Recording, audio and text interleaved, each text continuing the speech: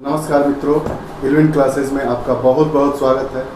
आज हम एक सामाजिक कार्यकर्ता, नेता, किसान नेता और पर्यावरणविद, गांव से निकलकर इन्होंने दिल्ली तक की यात्रा की।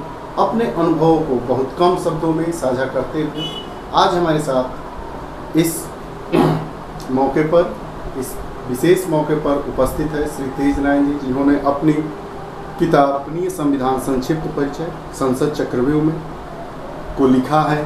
इनसे इन तमाम मुद्दों पर जानेंगे। आप अपनी किताब क्यों लिखे, किताब लिखने के पीछे आपका क्या उद्देश्य था, और समाज में हो रहे बदलाव के बारे में भी इनसे जानेंगे। आइए मिलते हैं श्री तेज नारायण जी से। स्वागत है आपको। धन्यवाद। आप अपने प्रारंभिक जीवन के बारे में बताएं। प्रारंभिक जीवन मेरा उत्तर प्रदेश के बलिया ज़िले के एक बंधु चौक गाँव है, वहीं मैं पला बढ़ा। और यह कृषि प्रधान देश था और हमारा गांव भी कृषि का ही क्षेत्र था। लेकिन जो लगातार कृषि के प्रति दूरियां बढ़ती गई किसानों की, और उसका मुख्य कारण था कि कृषि लाभदायक नहीं रही। और वह उनके बहुत दिनों के बाद समझ में आया कि हमारे मेहनत से कृषि नहीं लाभदायक हो सकती। सरकार की नीतियां कृषि को हानिकारक बना रही है। किसान कितना भी मेहनत करे, वो लाभदायक कृषि नहीं हो सकती जब तक सरकार किसानों के पक्ष में एक लाभकारी नीति लगाए और उसको जारी लागू करे, तभी लाभप्रद हो सकता है। इस हालात में हमारे जैसे बहुत सारे लोग कृषि से दूरी बना लिए और दूसरे क्षेत्रों में अपने रोटी रोजी के तलाश में देश और विदेश के अन्य क्षेत्रों में जा रहे हैं। वहाँ भी बहुत ऐसे अच्छे हालात नहीं हैं, लेकिन कृषि के मुकाबले बेहतर। राजनीतिक जीवन में कब प्रवेश किया? जो हमारा जो भारत का संविधान है वह लोकतांत्रिक है और राजनीति करने की अनुमति देता है, लेकिन आम आदमी को एक सीमित दायरे में राजनीति करने की अनुमति देता है। पॉलिटिकल पार्टियां उसके जो निर्धारक है, संचालन करता है, उनको बहुत विस्तृत दायरा है। लेकिन आम आदमी के पक्ष में अगर इस ज़िले में किसी के घर में पूछा जाए कि आपके पास कांग्रेस पार्टी का संविधान है, आपके घर में बीजेपी का संविधान है, आपके घर में आम आदमी पार्टी का संविधान है, आपके घर में समाजवादी पार्टी का संविधान है, जो पार्टियां और भी हैं, चंद्रशेखर जी की पार्टी है सजपा, उसका संविधान है, तो किसी के पास कोई संविधान नहीं मिलेगा। और आम आदमी किसी पार्टी का समर्थक हो जाना ही राजनीति में अपना प्रवेश का पहला और अंतिम स्थान बताता है। जबकि किसी भी पॉलिटिकल पार्टी के पास एक संविधान है, चुनाव आयोग उसकी मान्यता देता है, वो उसको पॉलिटिकल पार्टियां आम जनता में नहीं पहुंचाती है, क्योंकि वह लिखित रूप से एक कानूनी संविदा है जिसको मान्य होना पड़ेगा। और जनता जितना अनभिज्ञ रहे हर एक जानकारियों से, उतना इन पॉलिटिकल पार्टियों के लिए अच्छा रहता है। आपने किसानों की समस्याओं को लेकर विभिन्न मुद्दों पर उनसे बात की, जाना, उनके विचार को जाना। तो किसान, देखिए, जैसे हमारा देश है, उत्तर प्रदेश को ही लेते हैं। उत्तर प्रदेश में जो हमारा पश्चिमी उत्तर प्रदेश है, और हम लोग जो जनपद हमारा बलिया है, जहाँ से आप जुड़े हुए हैं, मूल रूप से निवासी हैं, वो पूर्वांचल है, पूरब का जिला है। तो दोनों जगह के किसानों में क्या आप अंतर पाते हैं? वहाँ का किसान जो है वो नौकरी करना नहीं चाहता है, और पूर्वांचल का जो किसान है वो खेती करना नहीं चाहता है।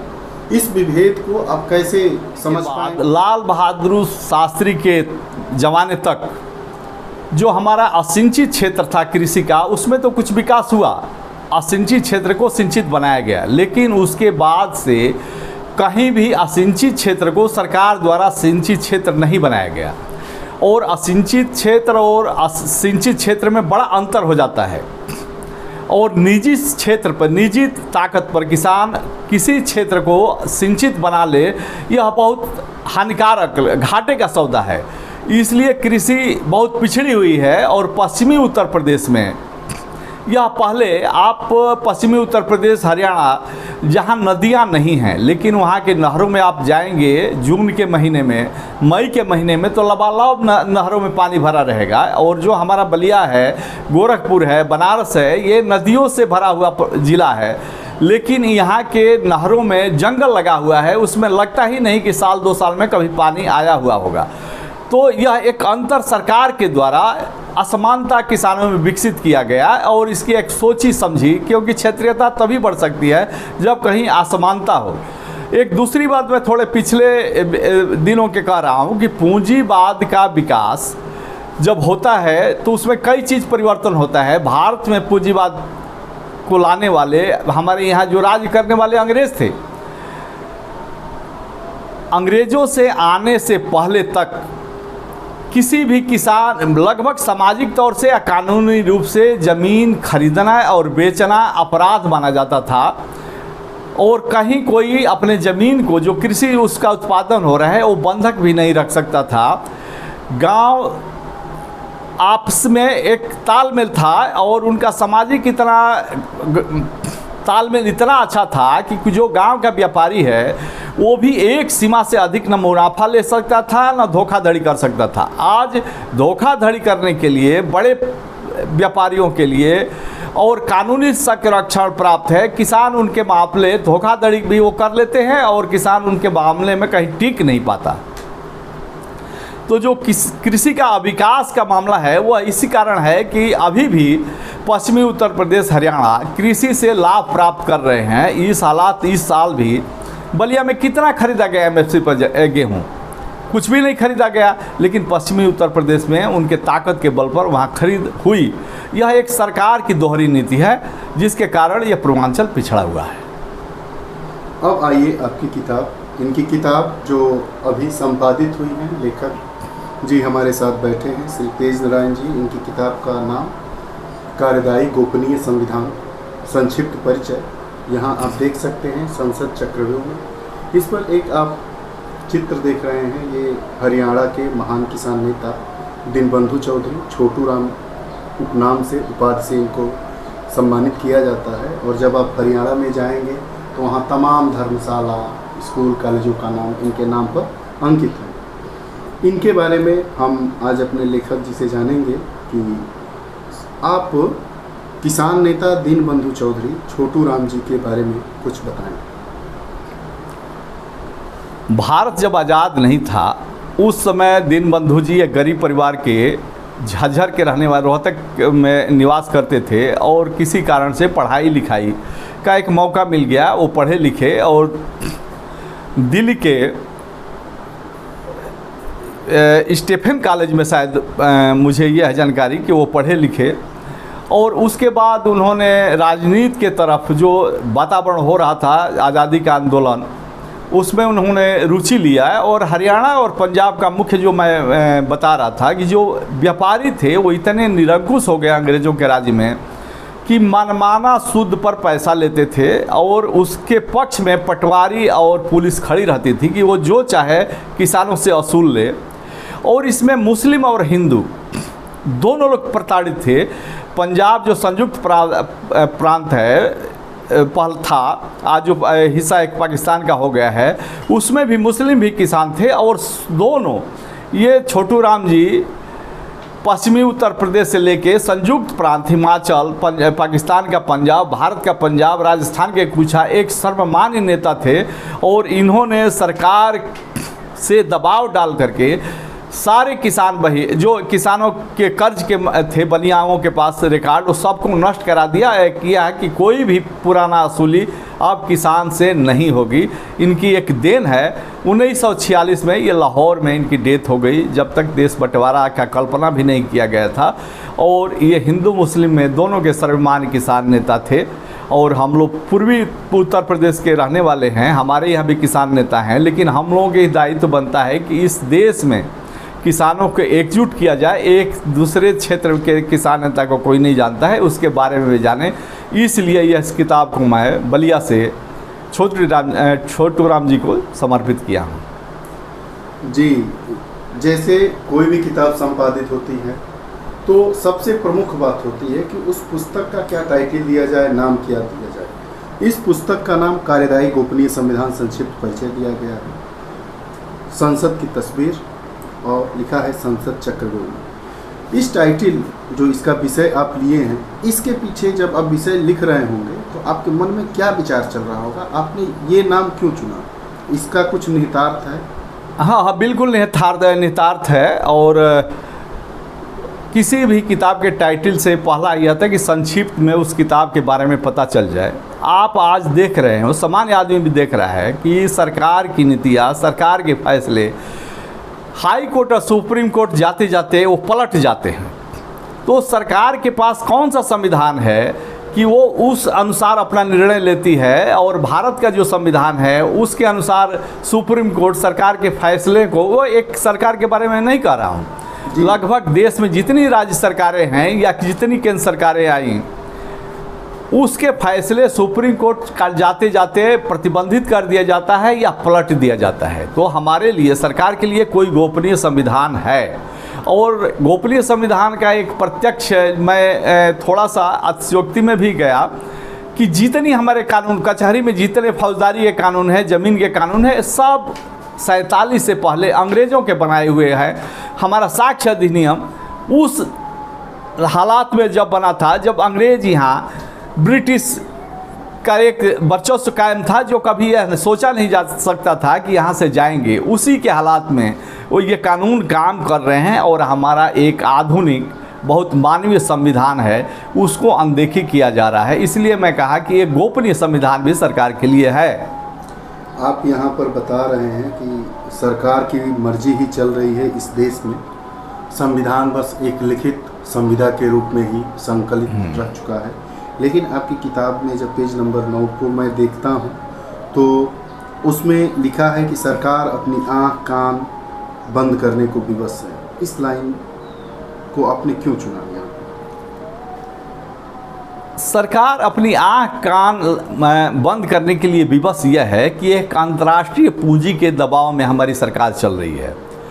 अंतर्राष्ट्रीय पूंजी यह बार बार कह रही है, जो अभी हमारे यहाँ कृषि का खरीद क्यों नहीं हो रहा है, इसलिए नहीं हो रहा है कि वो कह रहे हैं कि आप सरकारी सहायता किसी को भी देना बंद करिए, आप सरकारी स्कूल बंद करिए, सरकारी कॉलेज बंद करिए, इनको सहायता देना बंद करिए। जिनके पास आर्थिक क्षमता है वो लोग पढ़े लिखेंगे, जिनके पास नहीं है उस हालत में वो रहें और अपने आर्थिक क्षमता का इंतज़ार करें। यह एक बहुत विकट परिस्थिति पैदा करने वाला है।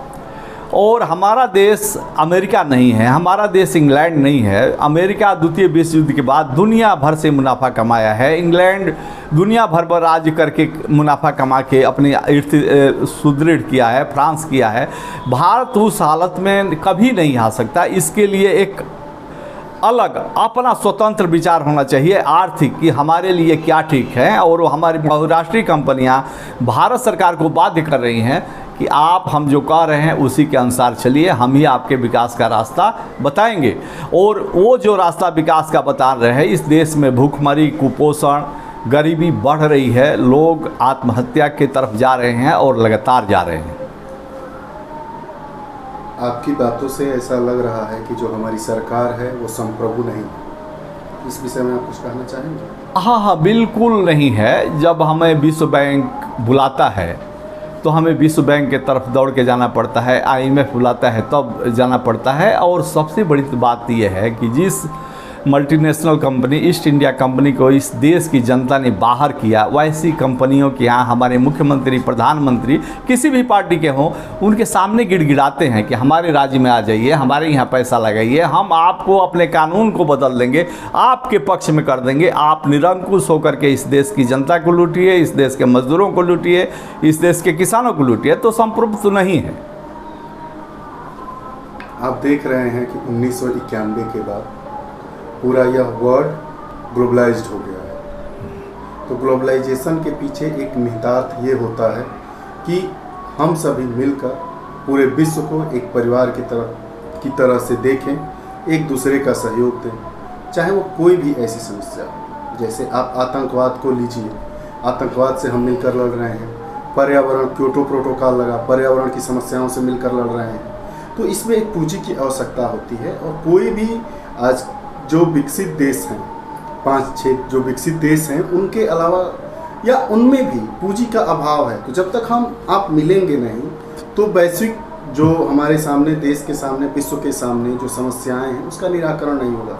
आप कह रहे हैं कि हम IMF के सामने गिड़गिड़ाते हैं, यह गिड़गिड़ाना नहीं है। IMF देश के, विश्व के देशों का एक संगठन है, उसकी सदस्यता अपने तरीके से ली जाती है। वो सदस्यता को देने के लिए आप पर दबाव नहीं बनाता है। IMF में भारत की भी साझेदारी है, भारत उसके बदले पैसा लेता है। ठीक, खैर इन सब बातों से आगे बढ़ते हुए इस किताब के बारे में आप संक्षिप्त में बताएं। इस किताब के बारे में संक्षिप्तता में ही रखा गया है।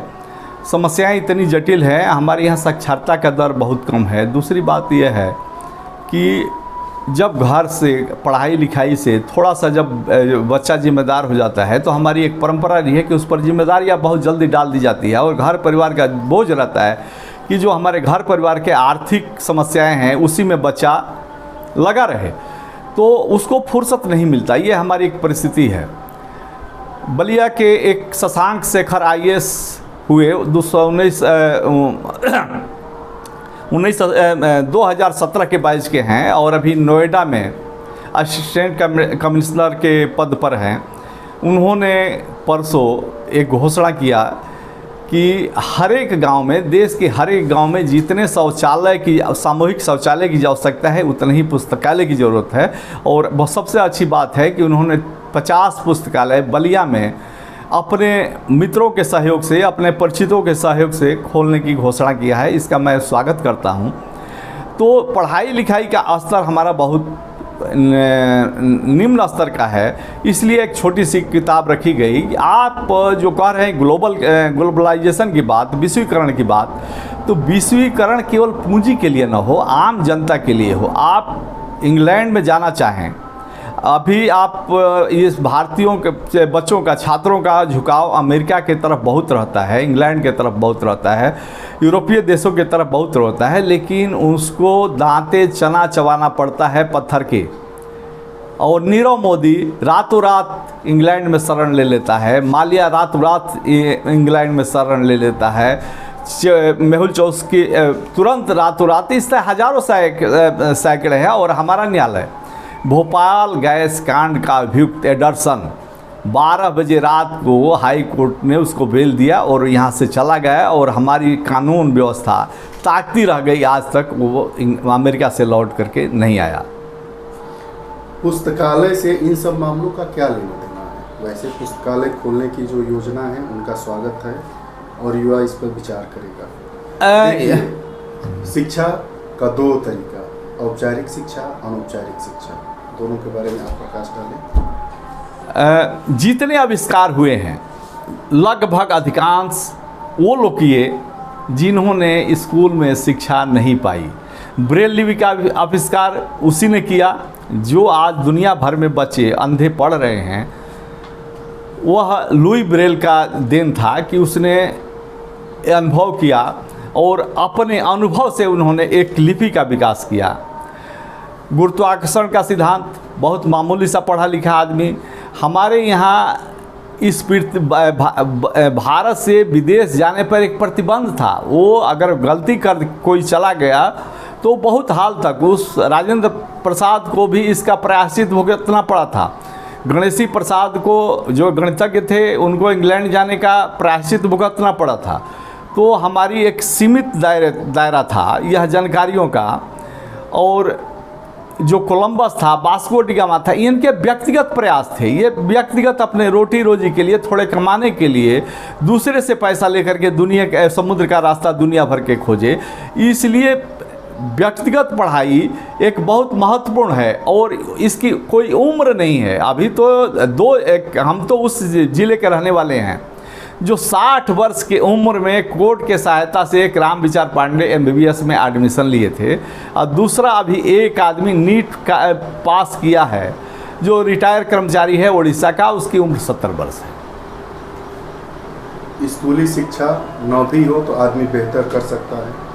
आपने कहाँ तक स्कूली शिक्षा प्राप्त स्कूली शिक्षा एक परंपरा था कि स्कूल जाइए, वहाँ से कुछ सर्टिफिकेट लाइए। इससे अधिक हम लोगों के गार्जियन से कल्पना अधिक नहीं किए थे और हम लोग भी उसी में थे। और सब कुछ पढ़ाई लिखाई का उस समय भी माने था कि आप रोटी रोजी के लिए उसमें कितना उपयोगी अपने को बना लेते हैं। तो हम लोगों का ये था कि रोटी रोजी तो हमारी कृषि से चल रही है, तो इसलिए बहुत उस पर नहीं था। लेकिन ये आकस्मिक कहिए कि मुझे लाइब्रेरियों से संबंध हुआ है और मुझे किताब देखने का मौका मिला। धार्मिक, राष्ट्रीय, अंतर्राष्ट्रीय, राजनीति, अर्थशास्त्र, सब वह किताब मुझे देखने का मौका मिला। और इसलिए मेरी जो शिक्षा है वह तो स्वयं अवसर का है, अचानक एक अवसर प्रदान किया है, उसी का है। स्कूल का इसमें मामूली योगदान है कि साक्षर में था। ये 40 साल पहले आप स्कूली शिक्षा लिए होंगे। उस समय की स्कूली शिक्षा और आज की स्कूली शिक्षा दोनों को आप देख रहे हैं। सामाजिक कार्यकर्ता हैं, लेखक भी हैं, विचारक भी हैं, मजदूर किसान यूनियन से जुड़े भी हैं। आप गांव में जाते होंगे, गांव के लोगों को भी देखते होंगे, वहाँ पे प्राथमिक शिक्षा के स्तर को भी देखते होंगे। तो आप क्या कुछ अंतर पाते हैं? क्या शिक्षा का स्तर बढ़ा है या नीचे गया है या उसी स्तर का? नहीं, बहुत ही बदलाव उसमें है। बहुत ही, कुछ तो अच्छे भी हैं, लेकिन बहुत भयंकर एक बदलाव ये है कि हम लोग 3 किलोमीटर 12-11 वर्ष की उम्र में 3 किलोमीटर हम लोग जाते थे। पैर में जूता नहीं था। घर के लोग चिंतित नहीं थे, रहते थे कि वो स्कूल से बच्चा लौट के आएगा कि नहीं आएगा। घर के लोग इसकी कोई चिंता नहीं है, क्योंकि बच्चे जहाँ भी जाते थे सुरक्षित थे, इसमें कोई दो राय नहीं है। आज एक असुरक्षा की भावना बढ़ी है। दूसरी बात यह है कि जो प्राइवेट स्कूल हैं इनमें फ़ीस का मामला एक बहुत है, और फीस के मामले में, किताब के मामले में उनके जो गार्जियन है वो 24 घंटे चिंतित रहते हैं। इसको देख करके बच्चे भी, उनका जो दायरा है, जो हम लोगों का दायरा थोड़ा सामाजिक भी था, उनका दायरा सिकुड़ता चला जा रहा है। और वह दायरा ये है कि अधिक से अधिक हम कामयाब हो जाएं, हम अर्थतंत्र की दुनिया में प्रवेश कर जाएं। इसके अलावा उनका दायरा सीमित होता जाता है, समाज के प्रति जिम्मेदार नहीं हो रहे हैं। नैतिक शिक्षा की जो इस समय शिक्षा दी जा रही है, तो पहले ज़माने में नैतिक शिक्षा का प्रारंभ तो अपने परिवार से हो जाता था। कहीं जाना होता था, बड़े बुजुर्गों का आशीर्वाद लीजिए, उनके सामने कैसे बैठना है, उठना है, ये सब शिक्षाएं दी जाती हैं। उस समय नैतिक शिक्षा पाठ्यक्रम का हिस्सा नहीं हुआ करती थी, लेकिन आज आप देखेंगे तो नर्सरी के बाद से ही नैतिक शिक्षा ऊपर तक आप जाएंगे तो उसी का एक बड़ा रूप आ गया है, जो कॉम्पिटिटिव एग्ज़ामों में भी होता है। जब आप देने जाएंगे तो इथिक्स, उसको कहा जाता है सत्यनिष्ठा से संबंधित विषय है। तो नैतिक शिक्षा को आप किस तरीके से समझ पा रहे हैं? किसी चीज़ को आप हमें कह दीजिए कि आप समय से खाना खा लीजिए, और मैं ऐसे हालात में हूँ कि मुझे समय नहीं मिलता है, तो समय से मैं खाना नहीं खा सकता। दूसरा है कि सब लोग जानते हैं कि स्वास्थ्य वर्धक चीज़ें खाना चाहिए, लेकिन उसको उपलब्ध नहीं होता। तो नैतिक शिक्षा, उसके प्रयोग करने की भी तो जगह चाहिए।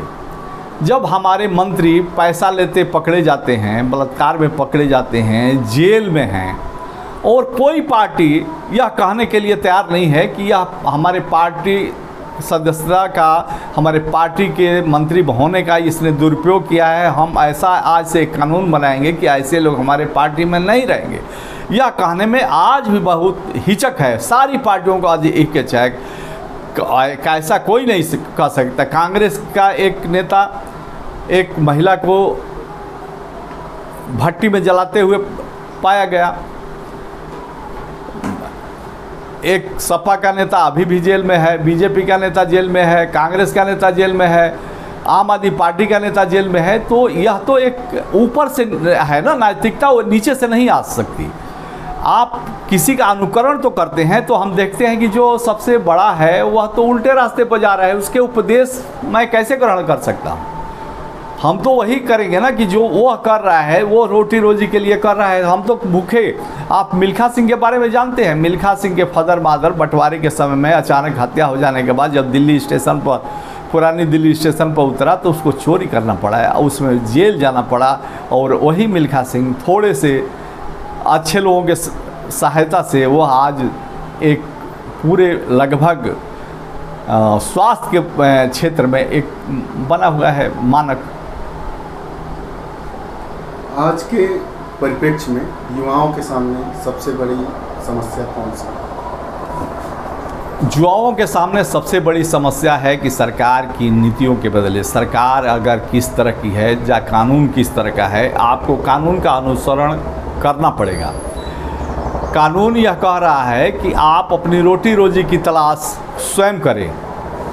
हम कहते हैं कि बिल्कुल हॉस्पिटल जाना हमारा दायित्व है, बीमार पड़े, लेकिन अगर मैं सड़क पर ऐसे हालत में हूँ कि घायल हूँ, उठ नहीं सकता, और मुझसे यह कहें कि आप हॉस्पिटल में जाके इलाज कराइए, तो यह एक बड़ा ये है। युवा बहुत निचले स्तर पर बहुत बुरी तरह से फंसे हुए हैं। उनको आर्थिक सहायता नहीं है, लोन के लिए पैसा है, आधे लोन उसके घूस में चले जाएंगे।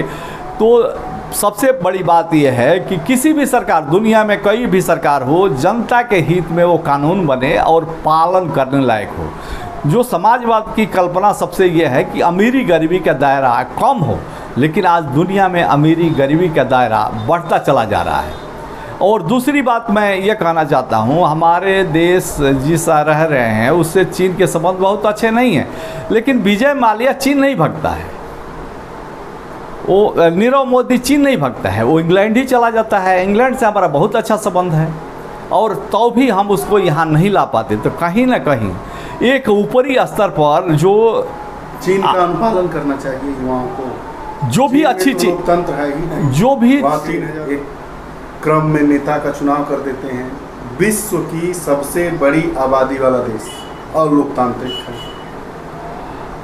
आज के हालात बारे में हाँ, आज के हालात में लोकतंत्र क्या है और लोकतंत्र किस अवस्था में है, इस पर आपको विचार करना पड़ेगा। लोकतंत्र बहुत कम समय की बात है। दुनिया में ऐसा कोई जगह नहीं था जहां राजा नहीं होते थे और उनकी मनमानी नहीं चलती थी। लोकतंत्र यह है कि जनता की राय से, जनता के आवश्यकता अनुसार सरकार कदम उठाए। इसमें दुनिया से अधिक चीन अच्छा निकल रहा है।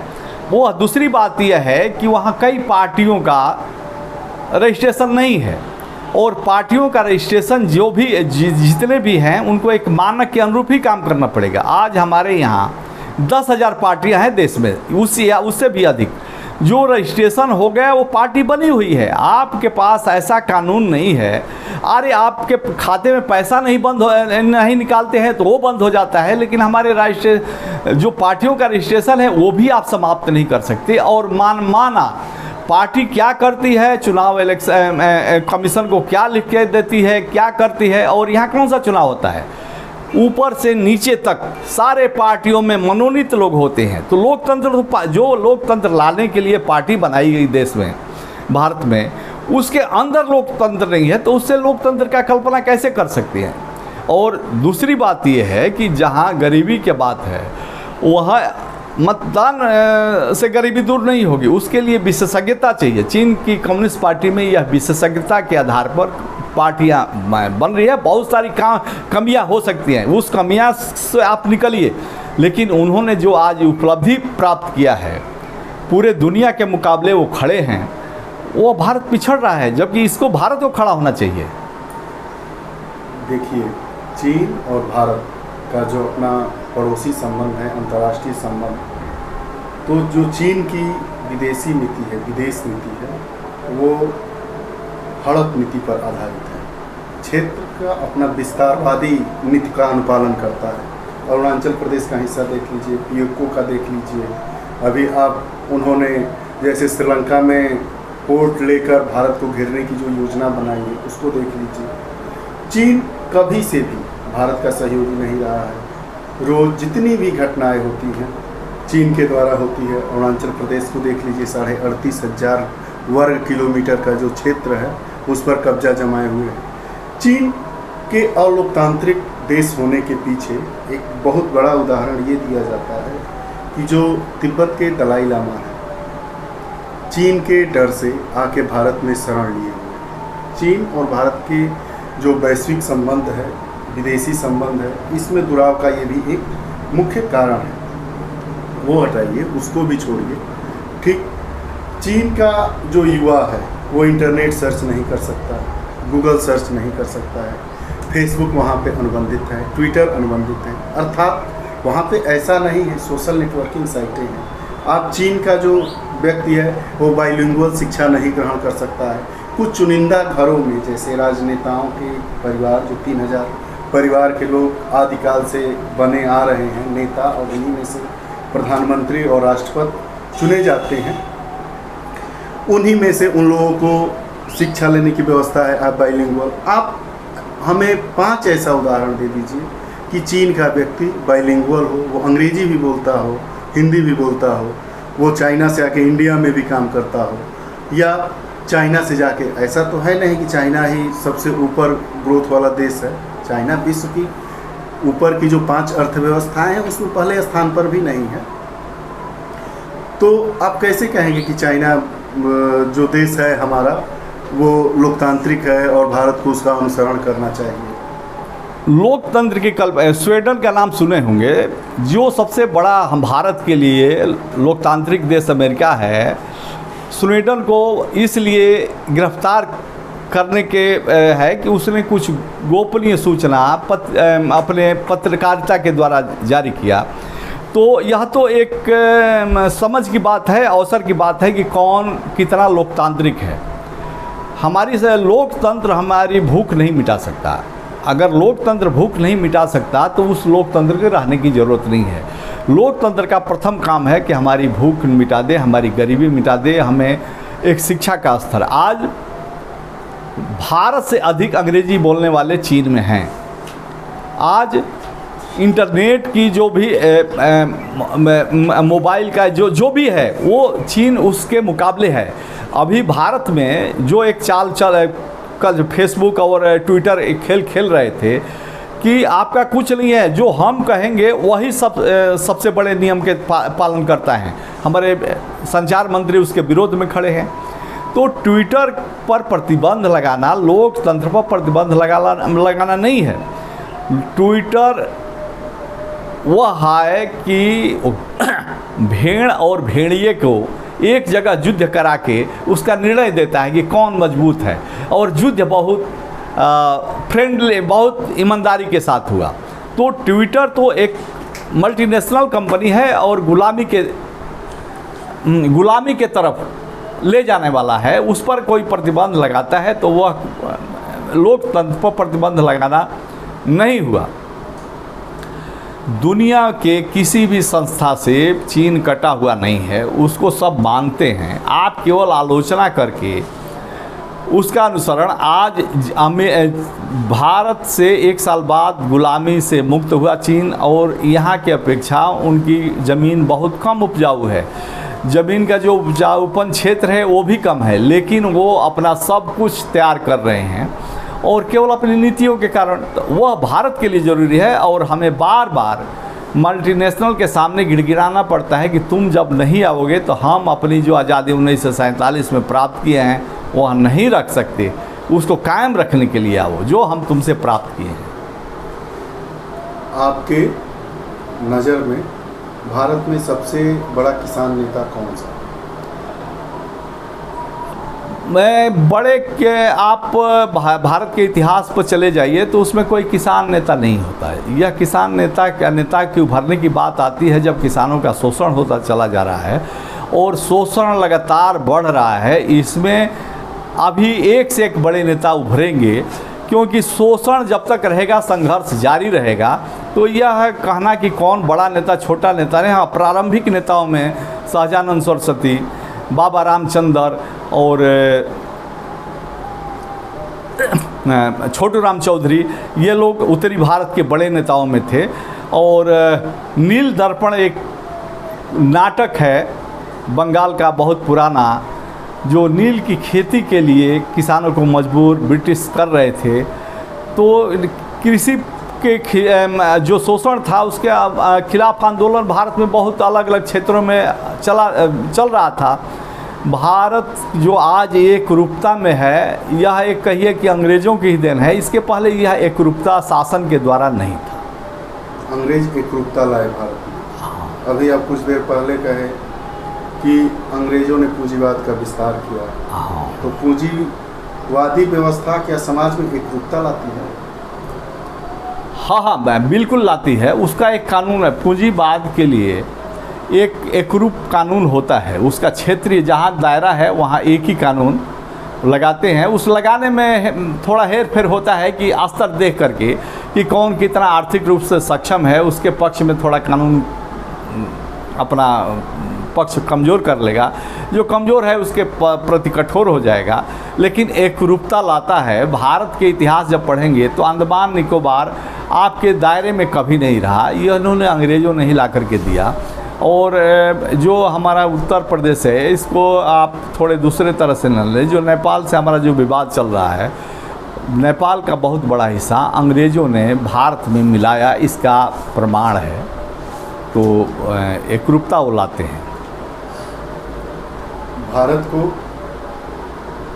भारत एक किसान वाला देश है, तो किसानों की इतनी बड़ी समस्याएं हैं, आप किसान नेता भी हैं, तो आप किस तरीके से किसानों को आप आगे बढ़ाने के लिए आप लोगों के संगठन के पास कौन कौन सी योजनाएं जिसके अनुसार उन लोगों का विकास हो सके, जो किसानी से दूर होते जा रहे हों, फिर अपने किसानी क्षेत्र को अपनाएं, इसके लिए आप लोगों की कोई कार्य योजना है? हाँ, बिल्कुल कार्य योजना है। हम ये नहीं चाहते कि आप हमारे परिवार किसान थे तो हम किसान ही बन रहे हैं, हम इसके पक्ष में नहीं हैं। आप अपने स्वतंत्र रूप से दूसरा चुनाव कर सकते हैं, लेकिन आप विस्थापित हो जाएं, आप जा कर के अपने गांव छोड़ करके, जो एक कम से कम यहाँ स्वच्छ हवा तो मिल रहा है गांव में, आप जा कर के बड़े शहरों के झुग्गियों में रहें, आपको लैट्रिन और पानी के लिए दिक्कत हो और आपकी आयु कम हो जाए। हम ऐसी व्यवस्था नहीं चाहते, हम ये चाहते हैं। और इस देश में पूंजीवाद की एक बहुत बड़ी आपदा भी है कि आप जो मल्टीनेशनल कंपनी है उसके एक निचले स्तर के कर्मचारी में और एक ऊपरी स्तर के कर्मचारी में 10-10 हज़ार गुना का अंतर है वेतन में। यह अमानवीय है। यह कहीं लोकतंत्र इसकी अनुमति नहीं देता कि इतना अंतर किसी मल्टीनेशनल कंपनी में हो। और आज भारत सरकार भी उसकी अनुसरण कर रही है। एक ही काम के लिए एक ही बैंक में एक आदमी 50,000 पाता है, एक आदमी 10,000 पाता है।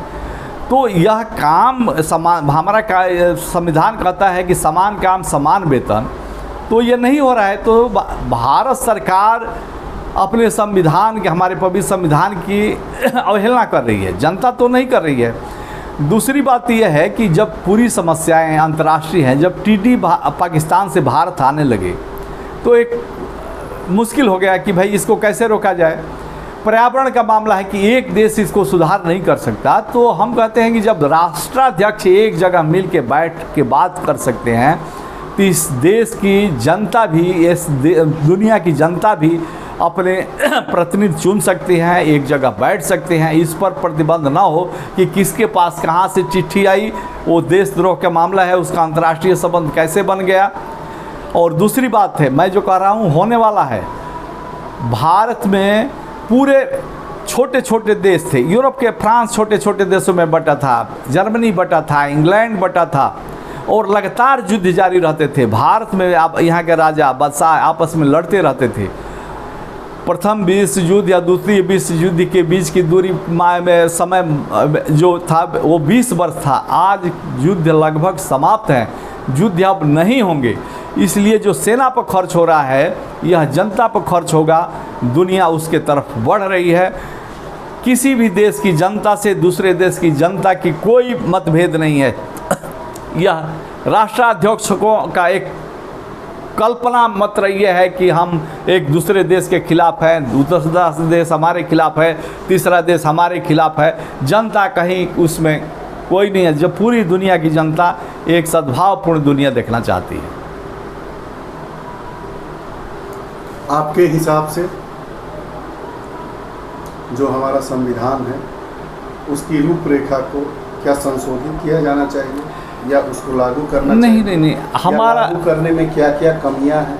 हमारा देखिए, होना यह चाहिए था कि जब हमारा देश आज़ाद हुआ तो जो पुराने कानून थे उसकी एक समीक्षा होती कि वो हमारे संविधान के, आधुनिक संविधान के अनुरूप है कि नहीं है।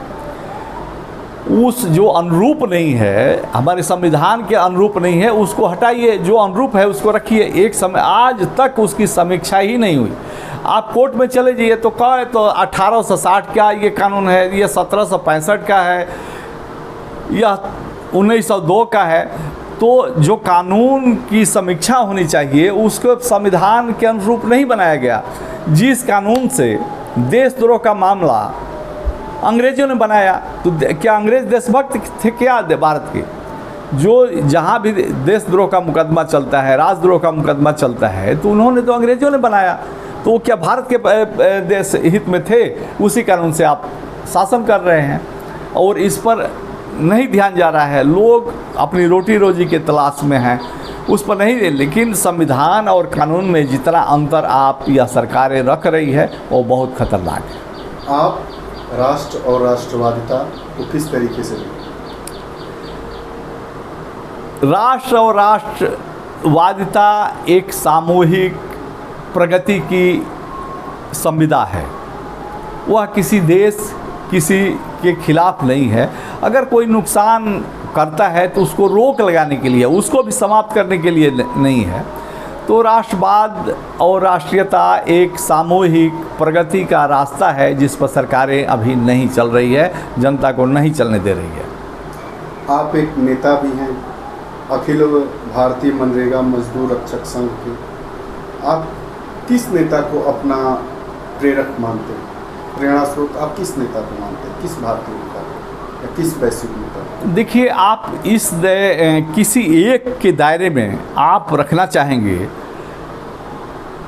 पेड़ से फल ज़मीन पर बहुत दिनों से गिर रहे थे, लेकिन ये उसी दिन हुआ जो गुरुत्वाकर्षण का सिद्धांत सेब के गिरने पर उस पर सोचा जाने लगा। तो इसलिए किसी एक नेता के बारे में मत पूछिए कि किसका प्रेरणा है। जो भी अच्छे हैं दुनिया में, जो हिंदू कॉलेज है, कलकत्ता का सबसे पुराना हिंदू कॉलेज, वह एक डच डेविड हेयर के घड़ीसाज था। मूल रूप से वो शिक्षाविद नहीं था। उसके सहयोग से, उसके प्रयत्न से हिंदू कॉलेज शुरू हुआ। तो हम तो भैया आप कहेंगे कि डच था, उसके आप क्या बात है, लेकिन हिंदू कॉलेज वही रखा। एनी बेसेंट नहीं, डच और उससे कोई बात नहीं है। हमारा जो संविधान है वो समधर्म स्वभाव को मान्यता देता है। सभी का, हमारे जो मूल कर्तव्य हैं, मूल अधिकार हैं, उसमें नागरिक और व्यक्तियों दोनों के लिए अधिकार है। तो बात उसकी नहीं है। जैसे हम हैं तो हमारा भी कोई व्यक्तित्व रहा होगा, जैसे हम विवेकानंद, महात्मा गांधी जैसे लोगों के व्यक्तित्व से प्रभावित होते हैं, उनकी बातों को अनुसरण में लाने का प्रयास करते हैं। जैसे गांधी जी से पूछा गया कि आपने जीवन में बहुत किताबें पढ़ी, आप गीता लेकर साथ चलते हैं, लेकिन गीता से क्या सीखे? तो गीता बहुत बड़ी पुस्तक है, उसको तो मैं पढ़ ही नहीं सकता, लेकिन उसकी एक लाइन का भी अगर मैं अनुसरण कर लूँ तो मैं अपने जीवन को सफल मानूंगा। जैसे परहित सरस धर्म नहीं भाई, उनकी ये प्रसिद्ध लाइन थी जो वो बार बार कहते थे। तो मैं उन्हीं विचारों को ध्यानगत रखते हुए आपसे फिर पूछना चाहूँगा कि देश में, आप भारत देश के हैं, यहीं पैदा हुए हैं, यहीं रचे बसे हैं, यहीं की हवा में आप बड़े हुए हैं, किताब, इतनी अच्छी किताब भी लिखे हैं, संसद चक्रव्यूह में डाल दिए, चक्रव्यूह पर तो बात होगी। तो आप अपना किसको मानते हैं? सबसे अच्छा किसान नेता कौन सा है, या सबसे अच्छा ऐसा प्रधानमंत्री जो किसान के हितों की बात करता हो, या 2-3 हो या 4 हो, या अभी जितने हुए हैं या सब हैं, या ऊपर से आदरणीय क्रम में? मैं आपसे जानना चाहूँगा, क्योंकि आप नेता हैं, किसानों के नेता हैं, जैसा आप बता रहे हैं, आप हैं भी, आपको इतनी जानकारी है किसानों की समस्याओं के बारे में, सरकार की नीतियों के बारे में, वैश्विक मुद्दों पर। तो जो आपको श्रोता हमारे सुनेंगे तो वो भी जानना चाहेंगे कि जो हमारे लेखक हैं, नेता हैं, तेज नारायण जी, वो किसको अपना प्रेरणा स्रोत मानते हैं, और प्रेरणा स्रोत किस व्यक्ति को मानना चाहिए। और आज तक हमारे यहाँ जो प्रधानमंत्री आज़ादी के बाद भारत में हुए हैं, उसमें कौन ऐसे माननीय प्रधानमंत्री रहे जो किसानों को के हित को अपना सर्वोपरि हित मानते किसी देश का प्रधानमंत्री प्रतिनिधित्व नहीं करता, वो बहुत छोटा अंशकालिक है। उस देश का स्वभाव, उस देश की संस्कृति करती है। मनुष्य की संस्कृति और पशु की संस्कृति में बहुत अंतर है, और मनुष्य के, सामान्य मनुष्य के अंतर में किसी दुनिया के कहीं कोई अंतर नहीं है। आज हालात इसलिए हैं कि सबसे अधिक मुनाफा कौन कमाएगा, और युद्ध का कारण आज यही बनते चले जा रहे हैं। हमारा जो अगर पूछेंगे तो दशरथ माझी इस देश के हमारे सबसे अनुकरणीय है, जो बिना लाभ हानि के अपना जीवन भर पहाड़ काट करके आम लोगों के लिए रास्ता बनाया, जिससे उसको एक पैसा नहीं मिलना था, और वो आदमी झोपड़ी में मर गया। बिहार के गया जिले का था। तो सबसे महत्वपूर्ण तो आदमी वह है जो किसी का लाभ, अपने लाभ हानि को छोड़ करके और आम जनता के हितों में, जहां सरकार भी कुछ नहीं कर पा रही थी, उसने वो एक रास्ता दिया। तो अनुसरण तो यह होना चाहिए, किस काम का कितना अधिक वेतन हो और किस काम का कुछ वेतन नहीं हो, यह एक बहुत बुरी परंपरा है। और कौन पढ़ा लिखा आदमी कौन काम करेगा, कौन पढ़ा लिखा आदमी यह काम नहीं पढ़ा लिखा ये नहीं करेगा, इसका कोई माने नहीं है। इस देश में तोता, बैल, भैंस से लोग प्रश्न पूछते हैं। मनुष्य को तो कुछ भी बनाया जा सकता है, उसको केवल अवसर देने की बात है। डॉक्टर की कमी नहीं रहेगी, इंजीनियर की कमी नहीं रहेगी, या न शरीर श्रम करने वालों की कमी रहेगी। अभी सबसे बड़ा दिक्कत यह है, इस देश में मल्टीनेशनल ये कर दिया कि शरीर श्रम को हीनता की दृष्टि से देखिए। शरीर श्रम से लोग भागेंगे और यह उनके गले का एक फांस बनेगा, अर्थतंत्र का फांस बनेगा, देश के लिए फांस बनेगा। मानसिक श्रम में और शरीर श्रम में कोई अंतर मत रखिए, और मानसिक श्रम करने वाले को शरीर श्रम भी करना चाहिए और शरीर श्रम करने वाले को मानसिक श्रम भी करना चाहिए। और मैं दशरथ माझी को दूसरी किताब समर्पित कर रहा हूँ। आज हम अपनी खास मुलाकात में कार्यदायी गोपनीय संविधान संक्षिप्त परिचय संसद चक्रव्यूह में के लेखक तेज नारायण जी से बात की।